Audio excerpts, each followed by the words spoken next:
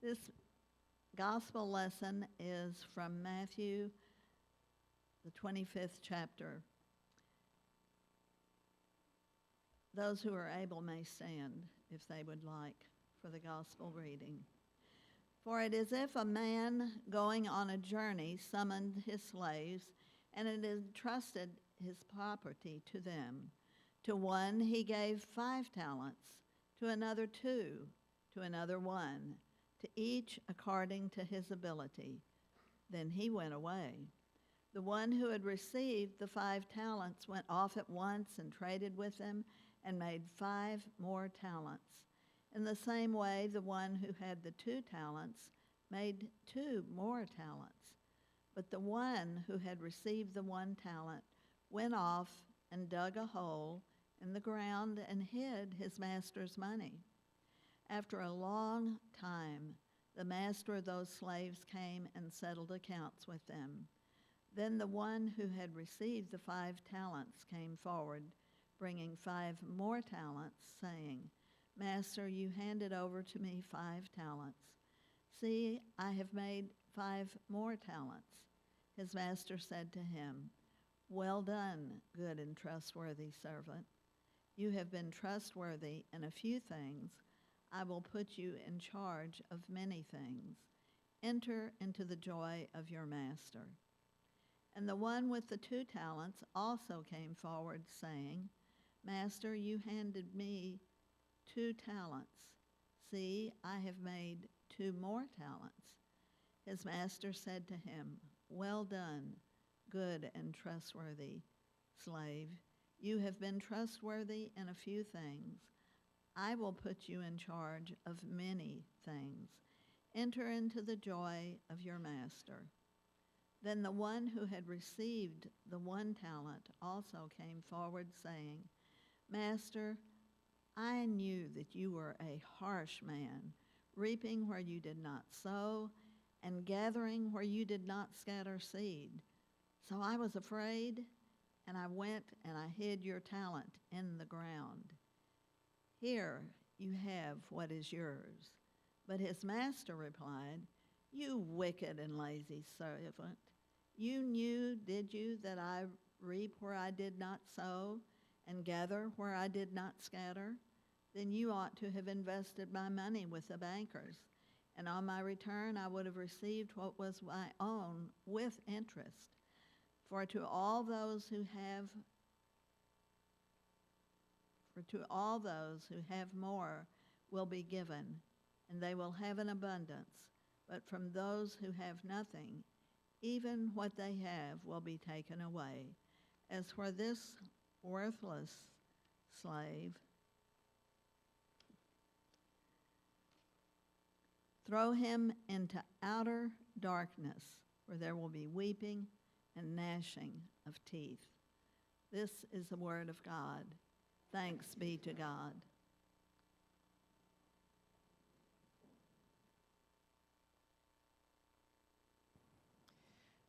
I always feel like we just slightly tricked you when we get you to say, thanks be to God, after the last line was weeping and gnashing of teeth.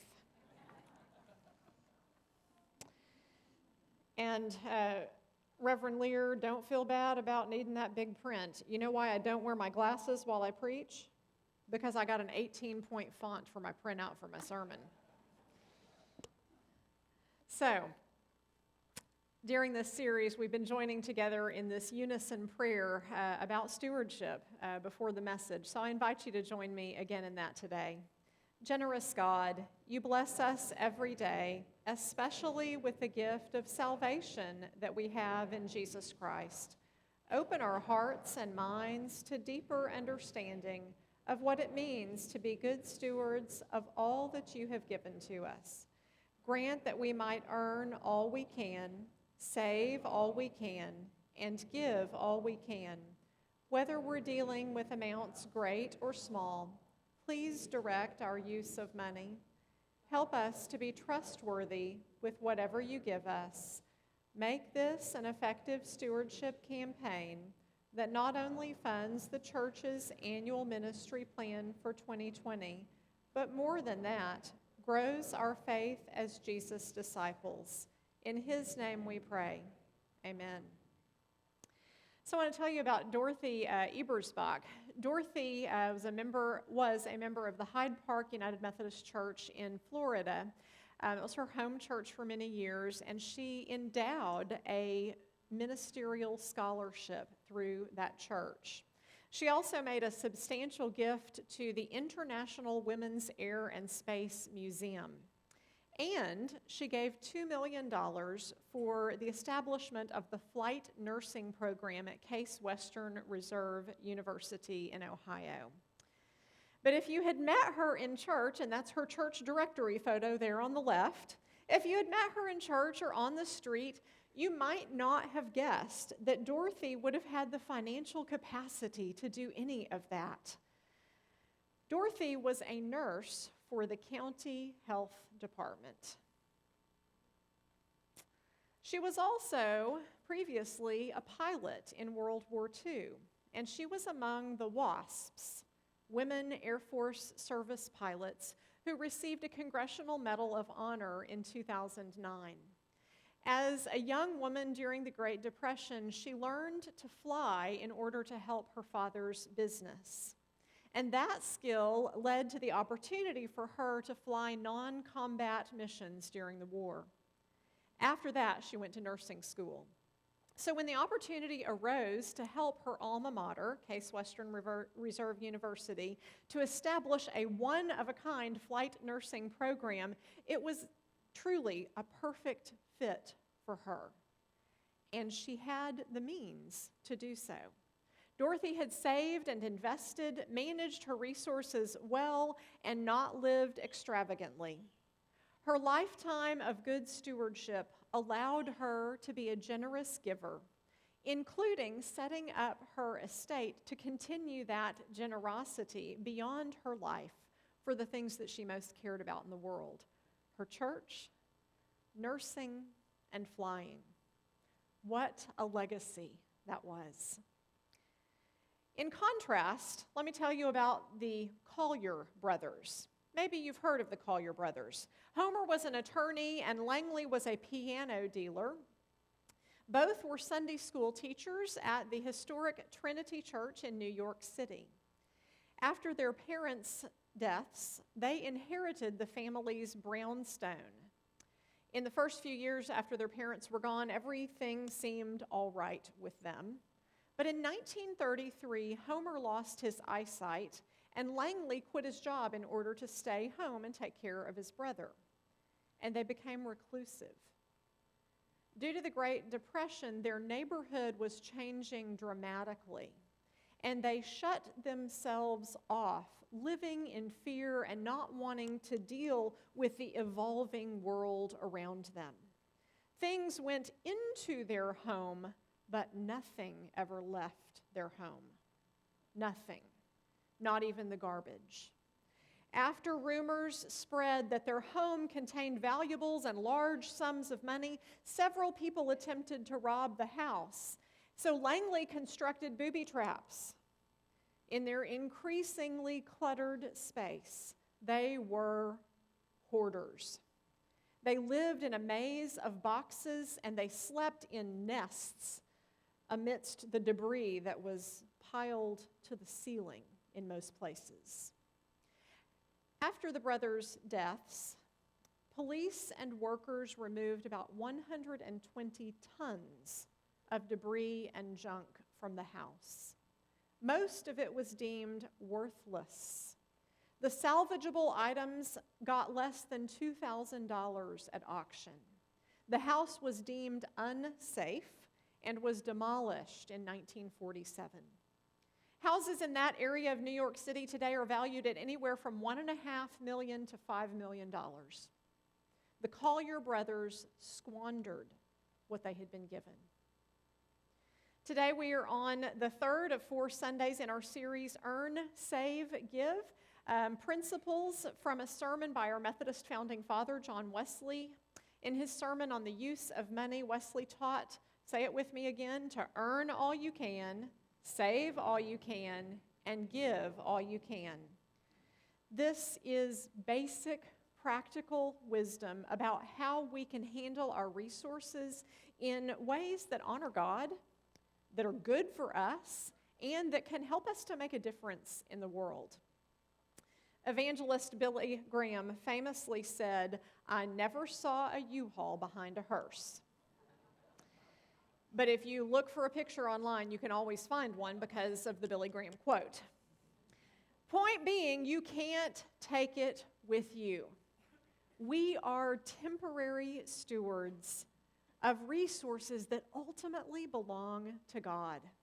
Wesley's message to save all that you can is not an invitation to store up things on earth and be hoarders like the Collier brothers. That's not what it means. It's instead a call to save and to invest like Dorothy Ebersbach, so that we might have the capacity to be generous with whatever means God has given us in this life, whether it's a little or a lot. It's about making wise and responsible use of what ultimately belongs to God. It's about using what is in our temporary care in ways that are consistent with God's purposes, in ways that are consistent with being a disciple of Jesus and that would glorify God. Our Methodist baptismal liturgy begins with these words. Through the sacrament of baptism, we are initiated into Christ's holy church. We are incorporated into God's mighty acts of salvation and given new birth through water and the Spirit. All this is God's gift, offered to us without price. So starting at the baptismal font, we say those words, all of this is God's gift, offered to us without price. And then in our funeral liturgy, as the pastor lays hands on the casket or the urn, the prayer of commendation begins with these words. O God, all that you have given us is yours. As first you gave this person to us, now we give him or her back to you. All this is God's gift offered to us without price, and all that you have given us is yours. You see, we don't just talk about money in the Methodist Church every fall for a little bit.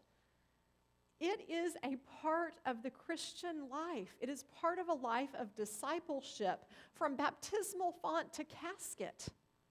Everything that we have belongs to God, who entrusts it into our care for this season of our physical life.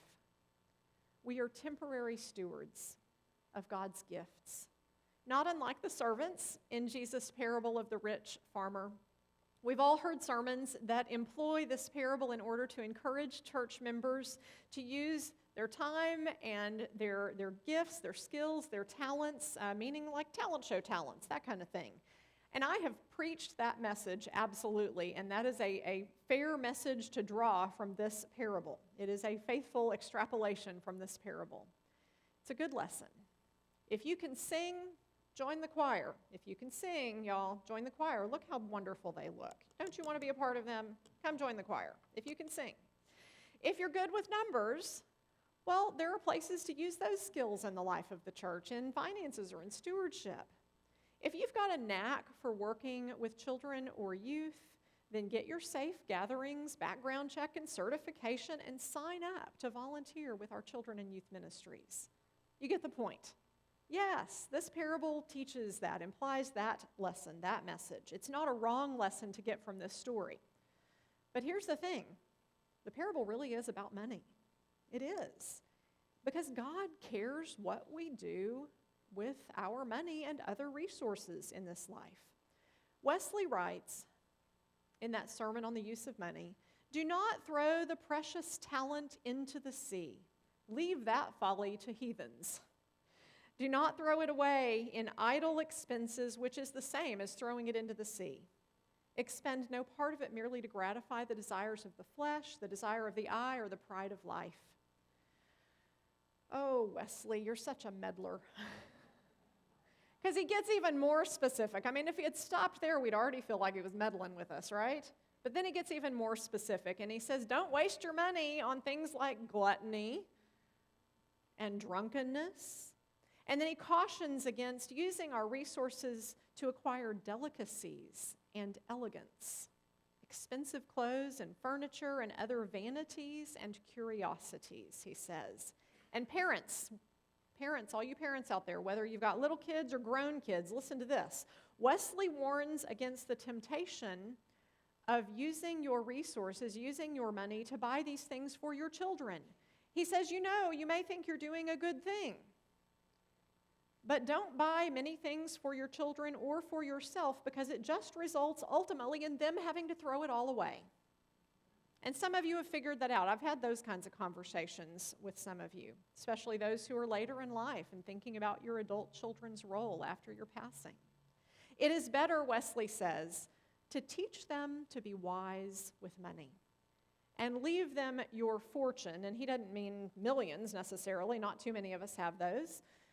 But whatever you have, leaving your legacy rather than buying them things. The servants in the parable are judged ultimately on the basis of what they did or did not invest and increase the value, whether they did or did not increase the value of the money that belonged to their master. Jesus' very first audience for this parable would have perked up and paid attention when Jesus used these impressively large sums of money in this parable. Jesus knew just how to get the hearer's attention. If there's a crowd of people listening and they'd kind of drifted off or they were having trouble hearing him, they'd perk up when they heard this, because 1 talent is equal to about 6,000 denarii, and the average worker in those days would earn about 1 denarius per day. So 1 talent equals almost 20 years of wages. So we think, 1 little coin. We're talking about 20 years of wages there. 3 talents is about 60 years worth of wages, a lifetime of work. And 5 talents is almost 100 years worth of work. In other words, more than a lifetime of wages. It's big money. So I did the math wrong in the first service, and my slides have been corrected, so I'm eager to see, because I haven't seen it yet. There we go. All right, so we're going to do a little math to put this in perspective in today's dollars. Based on the average salary of a blue-collar U.S. worker for today, I looked this up, it's around $33,000 is the average blue-collar salary in the U.S. today. So 1 talent would be worth $660,000. 3 talents would be worth about $1.3 million, and 5 talents would be worth about $3.3 million. I wonder what I hit on my calculator to come up with those numbers I had at 8:30 service. So, the 5-talent servant had made it into about $6.6 million. The 3-talent servant had made it into about $2.6 million, and the 1-talent guy returned the $660,000 that he started with. Clearly, the master in the parable has good reason to be very pleased with the 3-talent and the 5-talent investments. They have doubled his money. The harshness of the response to the 1-talent servant is kind of a distraction as we're reading this. If we try to read this as an allegory equating the master to God, we kind of get stuck on that, because we know that that's not the nature of God, that harshness there. The point is that there is reward on earth and in heaven for being wise savers, for being wise investors of what God entrusts to us in this life. Whether we have a lot or whether we have a little, don't waste what you have. Don't bury it in the ground. We've got to have some sympathy, some understanding for the 1-talent guy, right? I mean, what would it be like for somebody who's used to, at best, making, say, $33,000 a year to suddenly be handed $660,000?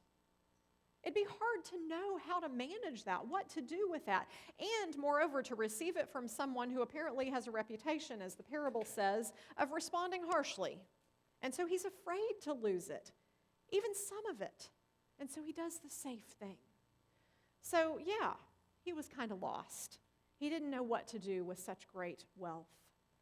We all know that handling resources can be difficult, figuring out what's best to do with what is in our care. There are a number of different approaches to saving, and I'm sure some of you have wonderful approaches that you could teach me.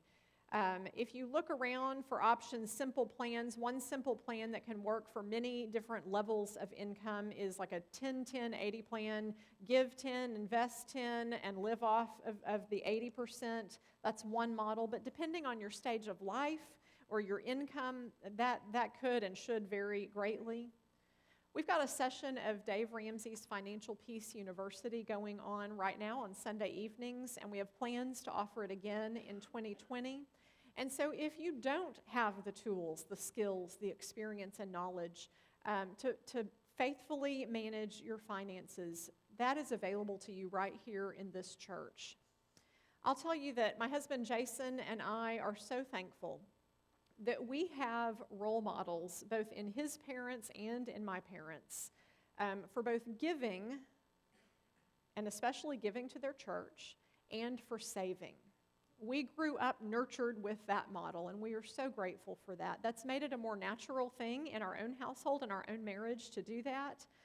And it is a blessing to us to be able to take that 10%, our tithe, off of the top of our income and give it first every month for the ministry of the church.